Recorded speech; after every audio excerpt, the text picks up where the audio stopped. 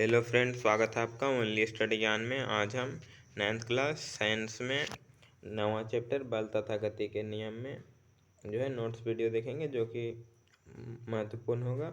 इसमें है कि किसी भी वस्तु की जो है विराम अवस्था ही उसकी स्वाभाविक अवस्था होता है, और किसी वस्तु के को जो है वह गति की अवस्था में लाने के लिए, यानी कि उसमें गति कराने के लिए वस्तु में हमें खींचना पड़ता है उसे, या फिर धकेलना पड़ता है, या फिर ठोकर लगाना पड़ता है। तो इन जो क्रिया होता है, खींचना, धकेलना और ठोकर लगाना, इसे ही बल कहा जाता है। और इसमें फिर गति के नियम भी आगे देखने वाले हम लोग।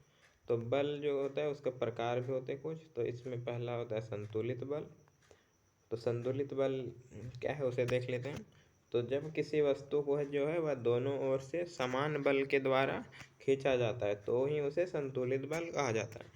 यानी कि कोई वस्तु है, यहाँ पे इसे इधर से भी उतना ही बल लगा दिया जा रहा है और इधर से भी उतना ही खींचा जा रहा है इसे बाहर, तो यह कहलाएगा संतुलित बल, यानी कि दोनों बराबर बराबर खींचा जा रहा है। दूसरा होता है असंतुलित बल। तो इसमें क्या होता है, तो जब किसी वस्तु को जो है वह दोनों ओर से विभिन्न बल के द्वारा खींचा जाता है, तो उसे असंतुलित बल कहा जाता है। यानी कि कोई यह वस्तु है, तो इसमें इधर ज़्यादा बल लगाया जा रहा है, यानी कि इधर दो लोग हैं और इधर से जो खींचा जा रहा है इधर एक व्यक्ति के द्वारा खींचा जा रहा है, तो इसके पास कम बल होगा, तो इसे असंतुलित बल कहा जाता है। और तीसरा जो होता है वह होता है घर्षण बल। तो किसी भी वस्तु को धकेलने के विपरीत दिशा में जो कार्य होता है उसे घर्षण बल कहा जाता है। और घर्षण बल जो है वह दो सतह के बीच में उत्पन्न होता है, और घर्षण बल जो है धकेलने में लगे बल को संतुलित भी करता है। यानी कि कोई यहाँ पे टेबल रखा है, तो इसे अगर इधर से कोई धकेल रहा है तो यह इधर को धकेलाएगा, लेकिन इसमें घर्षण बल कुछ इस टाइप का लगेगा, यानी कि ज़मीन के नीचे वापस इसी दिशा में, तो इसे घर्षण बल कहा जाता है। अब गति का नियम हम लोग देख लेते हैं। तो गति का नियम जो है वह 3 है। इसमें प्रथम नियम देखते हैं सबसे पहले। तो गति का प्रथम नियम जो है, गति का तीनों नियम न्यूटन के द्वारा दिया गया है।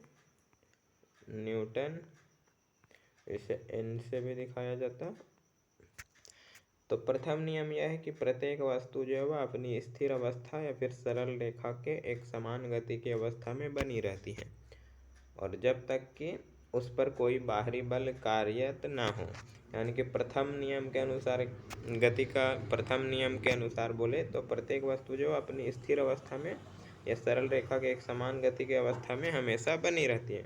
कब तक? तो जब तक कोई बाहरी बल उस पर नहीं लगाया गया हो।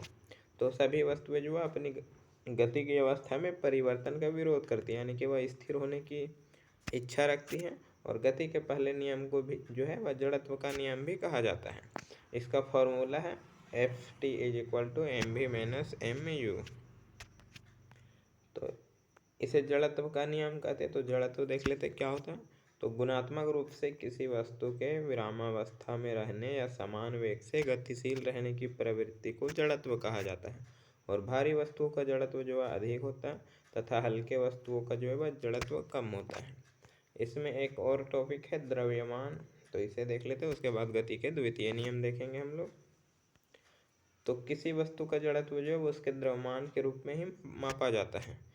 यानी कि किसी भी वस्तु का जड़त्व द्रव्यमान का वह प्राकृतिक गुण होता है जो कि उसकी विराम या फिर गति की अवस्था में परिवर्तन का विरोध करता है, और इस प्रकार किसी वस्तु का द्रव्यमान जो है उसके जड़त्व की माप बन जाता है।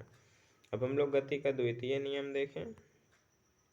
दूसरा नियम जो है न्यूटन का गति का, तो किसी वस्तु के संवेग में परिवर्तन की दर उस पर लगने वाले असंतुलित बल की दिशा में बल के समानुपातिक होता है। इसे ही गति का द्वितीय नियम कहा जाता है। इसमें F = ma होता है इसका फॉर्मूला, और संवेग बराबर जो होता है वह द्रव्यमान इंटू वेग होता है।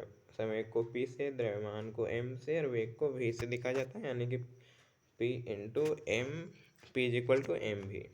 इसमें और देख लेते हैं कुछ पॉइंट। तो संवेग का परिणाम और दिशा दोनों होता है, और संवेग का SI मात्रक जो है किलोमीटर प्रति सेकंड होता है, और द्रव्यमान का SI मात्रक जो है वह kg होता है, तथा त्वरण का SI मात्रक मीटर प्रति सेकंड स्क्वायर होता है। एक इकाई बल जो होता है वह 1 kg/1 मीटर/सेकंड होता है और बल का ऐसा मात्रक kg/मीटर/सेकंड² होता है, जिसे कि n के द्वारा यानी कि न्यूटन के द्वारा प्रदर्शित किया जाता है। बल इक्वल टू जो होता है वह त्वरण इंटू द्रव्यमान के बराबर होता है।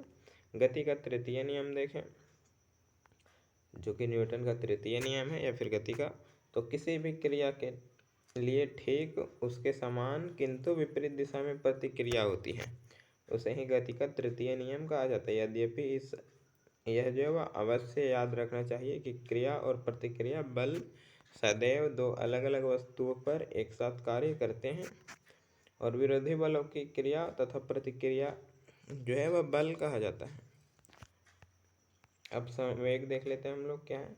तो दो वस्तुओं के संवेग का योग जो है टकराने के पहले और टकराने के बाद बराबर हो जाता है, जबकि उन पर कोई असंतुलित बल कार्य ना कर रही हो। इसे ही संवेग संरक्षण का नियम भी कहा जाता है। अगर संवेग संरक्षण का नियम पूछा जाए तो इसे आप बता सकते हैं।